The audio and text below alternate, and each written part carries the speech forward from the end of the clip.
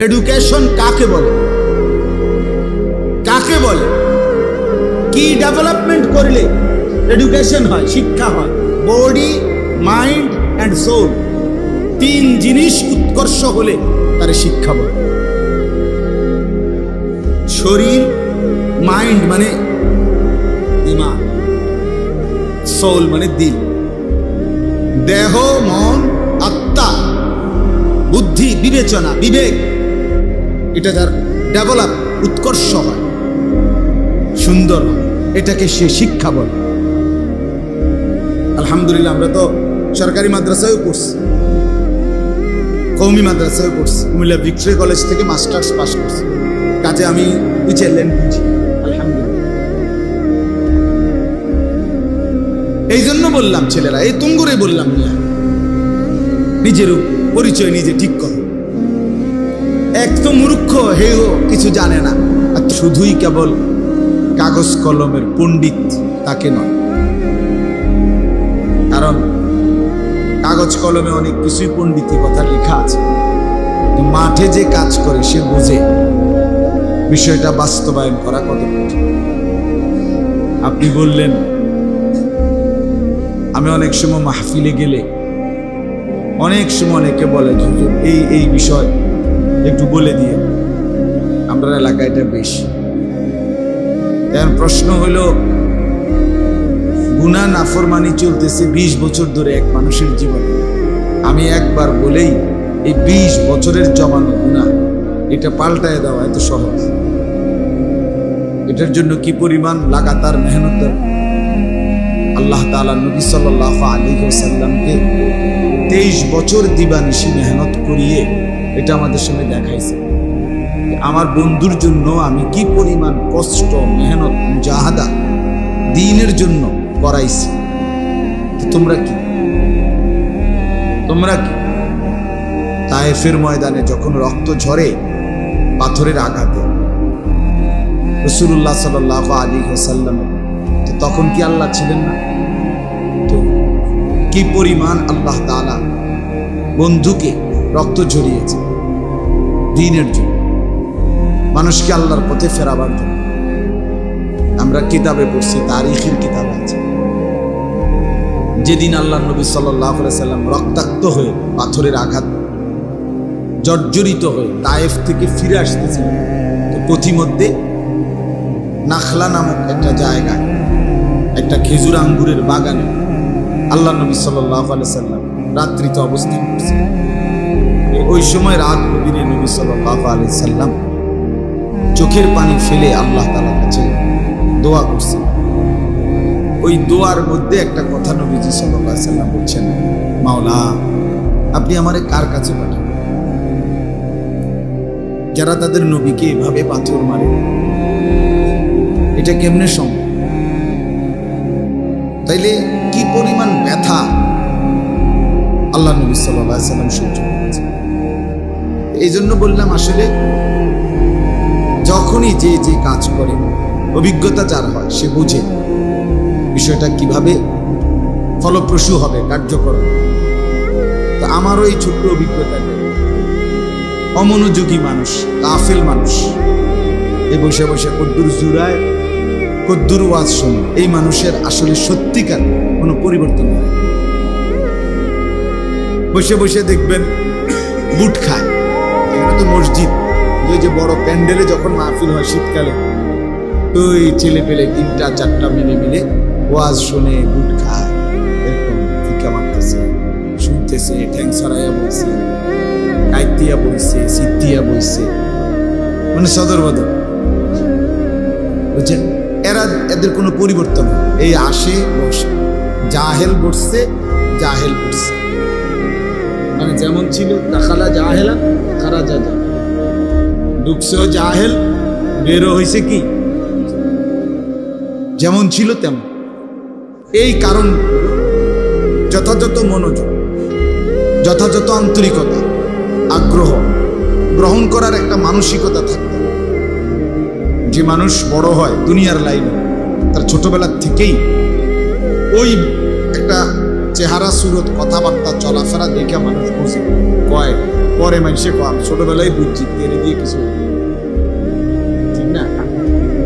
আমরা দেশে যে একটা মরিচ উপরের দিকে ওঠে, এগুলো কি মরিচ কয়? ধন্য মরিচ। আমরা দেশে এটা কয়, আমরা দেশ তো আমরা একসাথে, এইটাই আমরা অঞ্চল। তো ওই যে মরি এটা ওইবার সময় উল্টে হইয়া ধন্য মরিচটা বাইরে হয় উপরের দিকে। মানে সে প্রথম দিনে বুঝাইছে আমি কিন্তু অন্যরকম, আমি ধন্য মরিচ, আমি আর 10টা মরিচের মতো না।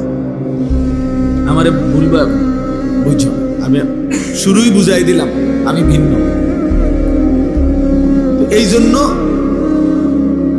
এই আগ্রহ দেখে বুঝা যায়, শুনবার আগ্রহ, মানবার আগ্রহ, গ্রহণ করবার আগ্রহ, এর দ্বারা আল্লাহ তাআলা বরকত দেন। গাফেল সবসময় বঞ্চিত। দুনিয়ার লাইনেও যারা গাফেল, এরা এই বিদেশ গিয়া ফিরাইয়া বলে, অনেক মানুষ আছে ফালতু, এদের কাছে কোনোটাই ভাল লাগে না। দেশের কামও গায়েস হয় না, বিদেশেও তার কাম গায়, তার কামে গায়েস হয়। শুধু হোতা, ভাত খাওন, বন খাওন, বিড়ি খাওন, গপ মারুন, বন্ধুদের সাথে আড্ডা লাগাই দেন, মোবাইল টিফাত লাগাই দেন, এতে সারা রাত আছে। কিন্তু একটা টিফিন কারির বাটিত করে 3 বাটি ভাত এখান থেকে সুয়াগাজী তার বাফের দোকানে দিয়ে আসবে, এইটাও তার গায়েস হয় না। ফাইতাম ফাটতি না, না ফাইতাম না, ভাল লাগে, ভাল লাগে না, ভাল লাগে না, কিনলে ভাল লাগে না, হইতে এইটাও অপদার্থ, অকর্ম, গাফিল। গুনাহ মানুষকে দুর্বল বানায়, গাফিল বানায়। এই অব্যাহত নারীর ছবি, সারাদিন রাতের মোবাইল টিপা, সারাক্ষণ নাচ গান, ছবি, জিনা ব্যভিচারের দৃশ্য, মদ, জুয়া, আড্ডা, বন্ধুদের সাথে ফালতু অসৎ কথা, কসম কথা ধীরে ধীরে মানুষের শারীরিক সক্ষমতা দুর্বল করে। হযরত আব্দুল্লাহ ইবনে মাসউদ রাদিয়াল্লাহু তাআলা আনহু বলেন, প্রত্যেকটি গুনাহ মানুষের 5টি ক্ষতি করে। সাওয়াদুন ফিল ওয়াজহ, 1 নাম্বার চেহারা কালো করে। প্রত্যেক গুনাহ কিছু না কিছু চেহারা কালো, একবার দেখলে কিছু হলো, আবার দেখলে আবার। আপনি দেখেন যে সমস্ত ছেলে পেলে নামাজ পড়ে না, সারাদিন মোবাইল নারী নিয়ে ব্যস্ত, এরা প্রচুর পরিমাণে পাউডার, ফেয়ার এন্ড লাভলি, বিভিন্ন জাতীয় জিনিস ব্যবহার করে, কিন্তু এদের চেহারার মধ্যে কোনো দয়া, মায়া, রস, কষ কিচ্ছু নেই। আপনি দেখেন, ইনসাফের সাথে দেখেন, কিন্তু যারা নামাজ পড়ে তাদের চেহারার উজ্জ্বলতা অটোমেটিক, গুনাহ তাদের চেহারা কালো করে দিচ্ছে। ফেয়ার এন্ড লাভলির বালতি সুবাইয়াও কামায়, নামাজি ফেয়ার এন্ড লাভলি চেনেও না। মান কাসুরা সালাতুহু হাসুনা ওয়াজহু, নবী সাল্লাল্লাহু আলাইহি সাল্লাম বলে, যার নামাজ বেশি তার চেহারা সুন্দর হয়েছে। মান কাসুরা সালাত, আরেকটা রওয়ায়াত আছে, মান কাসুরা সালাতুহু ফিল লাইল হাসুনা ওয়াজহুহু ফিন নাহার। রাত গভীরে তাহাজ্জুদে যার নামাজ বেশি, দিনের আলোতে তার চেহারার উজ্জ্বলতা বেশি, উজ্জ্বলতা বেশি। তো চেহারা কালো করে দেয় গুনাহ। জুলমাতুন ফিল কলব, 2 নম্বরে প্রত্যেকটা গুনাহ অন্তরকে অন্ধকার করে। জুলমাতুন, অন্তরে একটা দাগ পড়ে যায়, নুকতাতুন সাউদা, নবীজি বলছেন সাল্লাল্লাহু আলাইহি ওয়াসাল্লাম। প্রত্যেক গুনার কারণে অন্তরের মধ্যে একটা কালো কি পড়ে, স্পট। তো ধীরে ধীরে অন্ধকার হয়ে যায়, অন্তরটা মরে যায়। 3 নাম্বার হলো ওয়াহাদুন ফিল বাদান, শরীর দুর্বল হয়ে যায়, শরীর দুর্বল হয়ে যায়। ওয়াহানুন ফিল বাদান, শরীর দুর্বলতা আসে। যেন যত পাপী সব দুর্বল, সব দুর্বল। এই জন্য ইমানদার মুসলমানের সাথে এই 1450 বছরের ইতিহাসে পৃথিবীর কোথাও সর্বশেষ পর্যন্ত কোন কাফের বেঈমান ইমানদারের সাথে যুদ্ধে, সম্মুখ লড়াইয়ে, জেহাদে, যুদ্ধে শেষ পর্যন্ত যেতে নেই। টিকে না।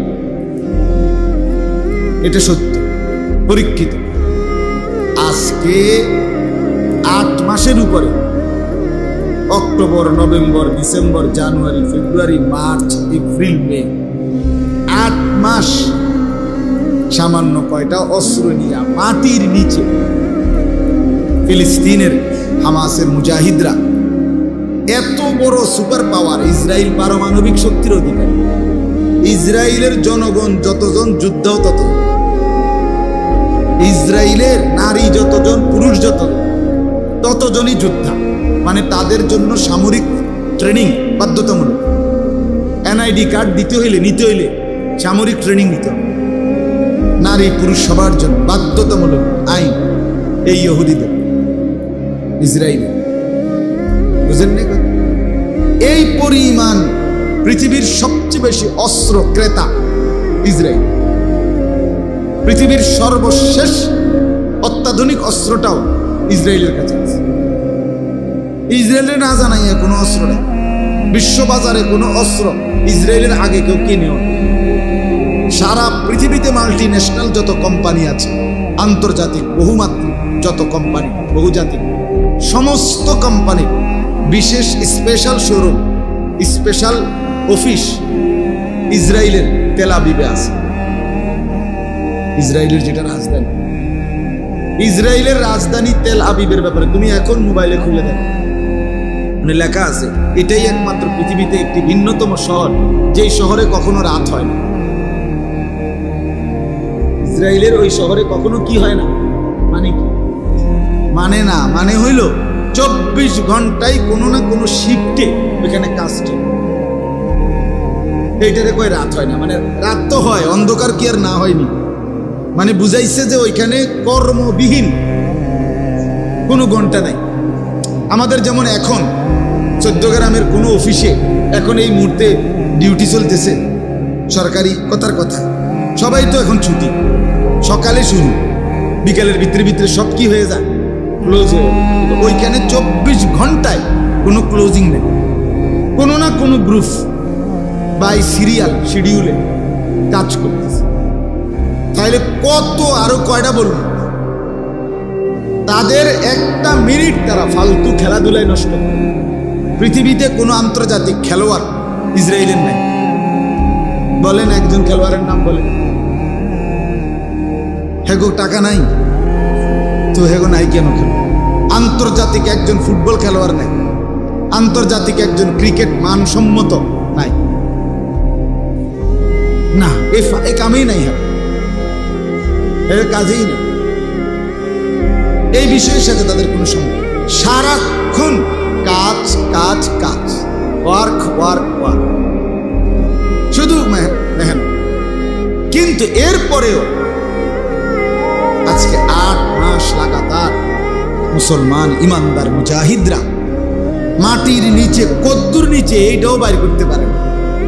এখনো কার্যকর কোনো সুরঙ্গ ইসরায়েলিরা বাইর করতে পারে না। এই কয় এটা ভাইছি, পানি পাই, তার মাথা ভাইছে,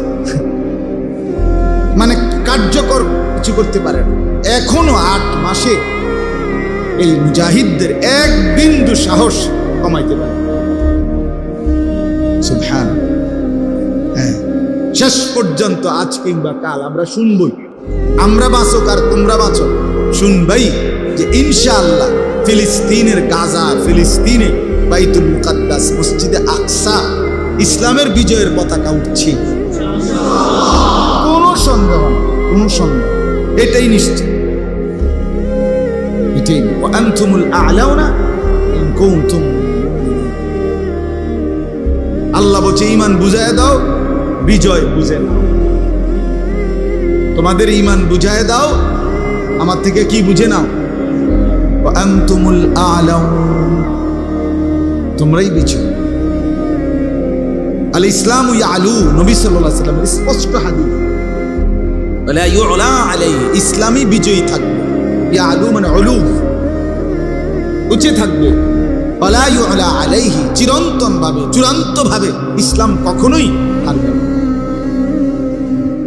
পূর্ববর্তী মনীষীরা বলছে ইসলাম হলো সূর্যের মতো, যে সূর্য পৃথিবীতে কখনোই চূড়ান্তভাবে ডোবে না। পৃথিবীতে সূর্য চূড়ান্তভাবে ডোবে না, এটা জানেন না? মানে কি? মানে এখানে এখন সূর্য ডুবছে, কিন্তু পৃথিবীর কোথাও না কোথাও সূর্য জ্বলতে আছে। পৃথিবীর সব জায়গায় কি এখন রাতের 10টা? বুঝেন নাই?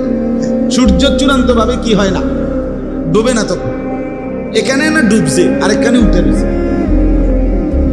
এই ইসলাম সূর্যের মতো, যেটা কখনোই ইসরাফিলের ফু পর্যন্ত চূড়ান্ত ভাবে একসাথে সারা পৃথিবীতে ডুবে গেছে এমন হবে না। কোথাও হয়তো মুসলমান একটু বেশি মার খেয়েছে, কিন্তু আরেক জায়গায় ইসলাম দাঁড়ায় গেছে। ফিলিস্তিনে নির্যাতিত মুসলমান, আফগানিস্তানে বিজয়ের মুসলমান। ইমানদার আল্লাহ দেখায় রাখছেন।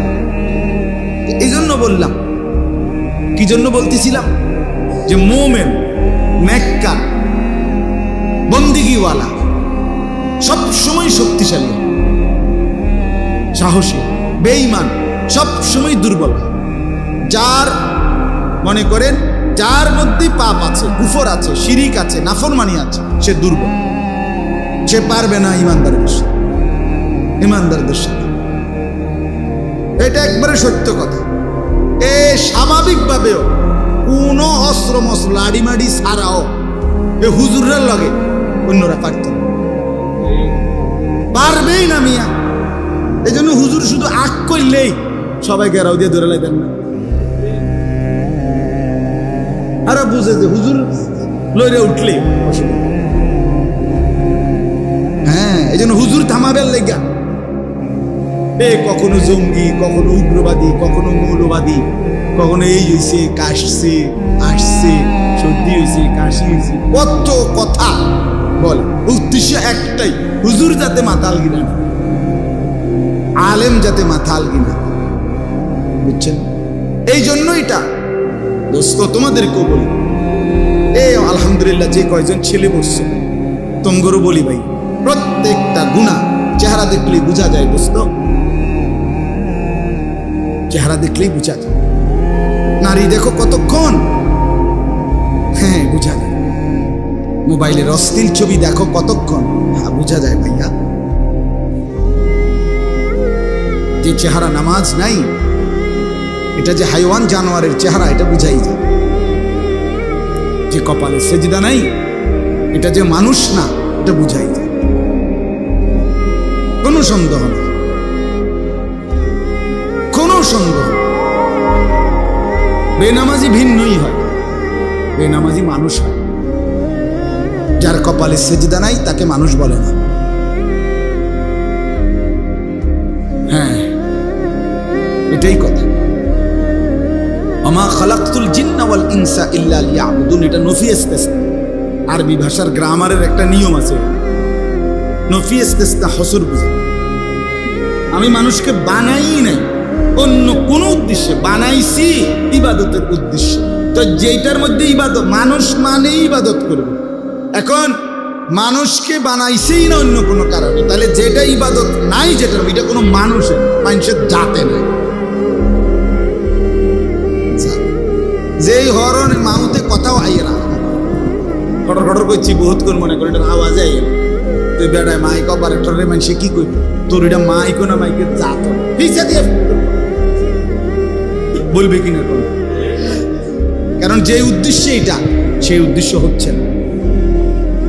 মানুষ যখন সেজদা করে না, বন্দিগি করে না, এটা মানুষও না, মানুষের জাত। এটা আমি প্রত্যেক দিন বলি, রাগ বললো কোনো কিছু করার, প্রতিদিন বলি। বেনামাজি যারা এই ঘরে পরিবারে থাকে, বেড়ই তো আর বেড়ি তো, জোয়ান হোক আর মাঝ বয়সী হোক, কিশোর তরুণ যুবক হোক, এগুলো হলো ডোমেস্টিক এনিম্যাল। কি এনিম্যাল? গৃহপালিত প্রাণী। মানে এই বাড়িতে গরু পালে, ছাগল পালে, হাঁস পালে, মুরগা পালে, এই ধরনের একটা দুই ঠ্যাংওয়ালা অপদার্থ পালে। হ্যাঁ হ্যাঁ, সোজা কথা মেয়া। বেনামাজি ডোমেস্টিক অ্যানিম্যাল, গৃহপালিত প্রাণী। এই বাড়িতে তারা ছাগলও পালে আর দুই ঠ্যাংওয়ালা একটা ছাগল, যেটা জীবন মানেই হলো খাওয়া, পেশাব, পায়খানা, হ্যাঁ ঘুম, আর যৌন চাহিদা, লজ্জাস্থানের যে চাহিদা, সেটা পূরণের জন্য সারাক্ষণ শাহওয়াত, কামনা বাসনা। তার লজ্জাস্থানের একটা চাহিদা আছে, এটা পূরণের জন্য রাস্তার নারী, পথের নারী, বাড়ির নারী, ঘরের নারী, রোডের নারী, চলতে ফিরতে নারী, মোবাইলের নারী, 24 ঘন্টা তার শাহওয়াত, তার পেশাব, তার পায়খানা, তার ঘুম, তার পাক, খালাস। এটা গৃহপালিত প্রাণী না তো কি? বলো ভাইয়া, যারা 2-4 লাইন পড়ছো, স্কুলেই পড়ছো, কলেজেই পড়ছো, সবাই মিল্লা সবার পড়ালেখার বুঝ দিয়া আমরা একটা ফয়সালা নেই, নাহলে বুঝাই আমরা শিক্ষা কাকে বলে। ইংরেজিতেও আছে এটা, শিক্ষা কাকে বলে, এডুকেশন কাকে বলে, কাকে বলে, কি ডেভেলপমেন্ট করলে এডুকেশন হয়, শিক্ষা হয়। বডি, মাইন্ড অ্যান্ড সোল, 3 জিনিস উৎকর্ষ হলে তার শিক্ষা বলে। শরীর, মাইন্ড মানে দিমাগ, সোল মানে দিল, দেহ, মন, আত্মা, বুদ্ধি, বিবেচনা, বিবেক, এটা যার ডেভেলপ, উৎকর্ষ হয়, সুন্দর হয়, এটাকে সে শিক্ষা বলে। আলহামদুলিল্লাহ, আমরা তো সরকারি মাদ্রাসায়ও পড়ছি, কওমি মাদ্রাসায়ও পড়ছি, কুমিল্লা ভিক্টোরিয়া কলেজ থেকে মাস্টার্স পাস করছি, কাজে আমি বুঝলাম, বুঝি আলহামদুলিল্লাহ। এই জন্য বললাম ছেলেরা, এই তুঙ্গুরে বললাম না, নিজের পরিচয় নিজে ঠিক কর। এক তো মূর্খ, হেও কিছু জানে না,